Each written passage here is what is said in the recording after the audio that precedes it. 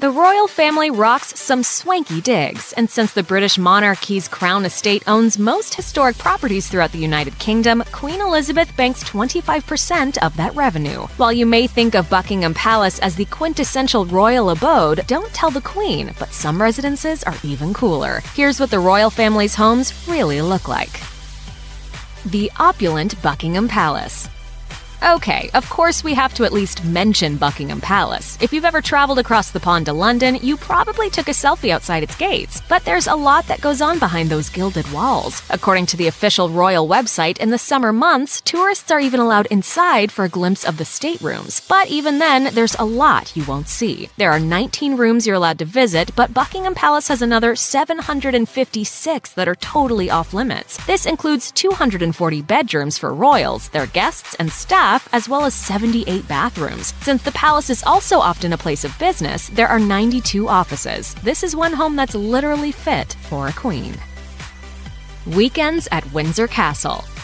Another royal residence that's occasionally open to visits from commoners, Windsor Castle is part gorgeous Gothic home and part fortress, and it's actually the longest continually occupied castle in the world, according to the official royal site. Queen Elizabeth uses Windsor for dual purposes, as a private residence on the weekends and an official residence when performing royal duties. There's even a fully functioning chapel on the site, with daily church services that are open to all who wish to worship. This chapel is considered a royal peculiar because its allegiance is to the Queen, not to one particular bishop or archbishop. You may also know it as St. George's Chapel, the venue for Prince Harry and Meghan Markle's wedding. Holidays at Sandringham House.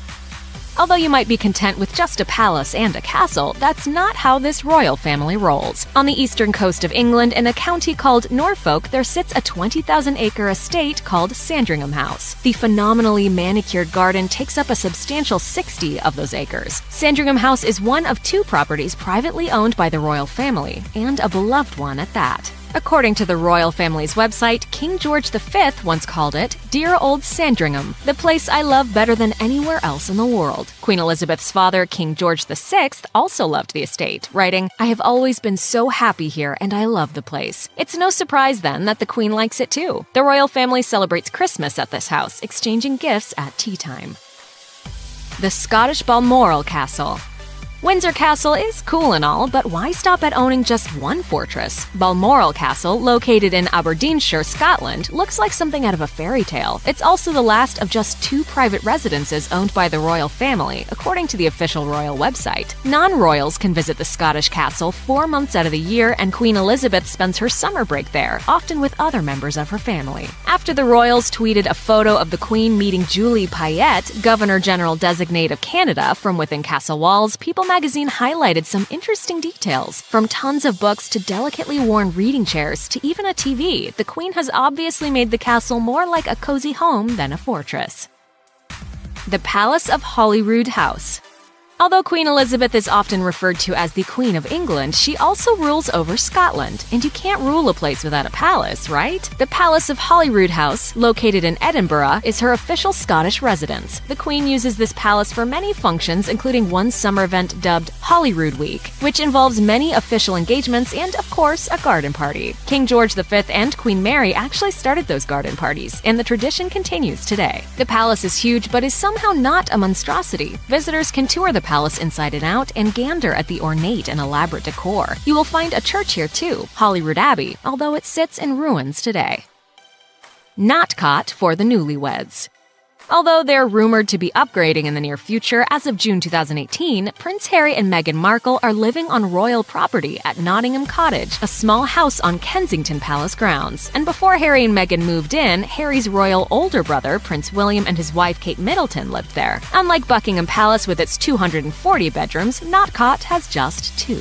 But living on palace property also means the couple is surrounded by the beautiful Kensington Gardens. Royal expert Katie Nicholl told Entertainment Weekly that Markle loves to run laps around Kensington Gardens, something groundskeepers say the late Princess Diana loved to do too.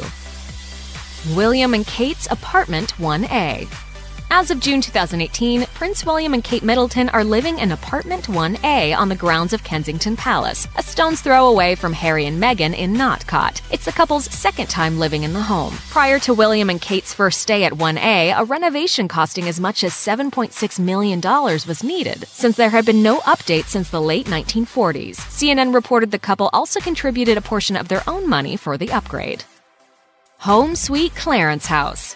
Now that you know where the Queen and the most royal of grandkids live, where does that leave Prince Charles, the one who's next in line to the throne? Much like his mother, he has a few royal residences he likes to call home. But Clarence House is the official residence in London, which he shares with his wife, Camilla Parker Bowles. The official royal website explains that although it has evolved over the past 2 centuries with the addition of Prince Charles's artwork as well as new paint and textiles, much of the home remains the same. Even centuries-old furnishings and art collections have stayed put. In fact, an original Monet from Queen Elizabeth I is still on display, according to the Crown Chronicles. Prince Charles's renovations were, in many ways, an ode to those who came before him. Although the library only houses 2 bookcases, they are completely filled with books from George VI and the Queen Mother.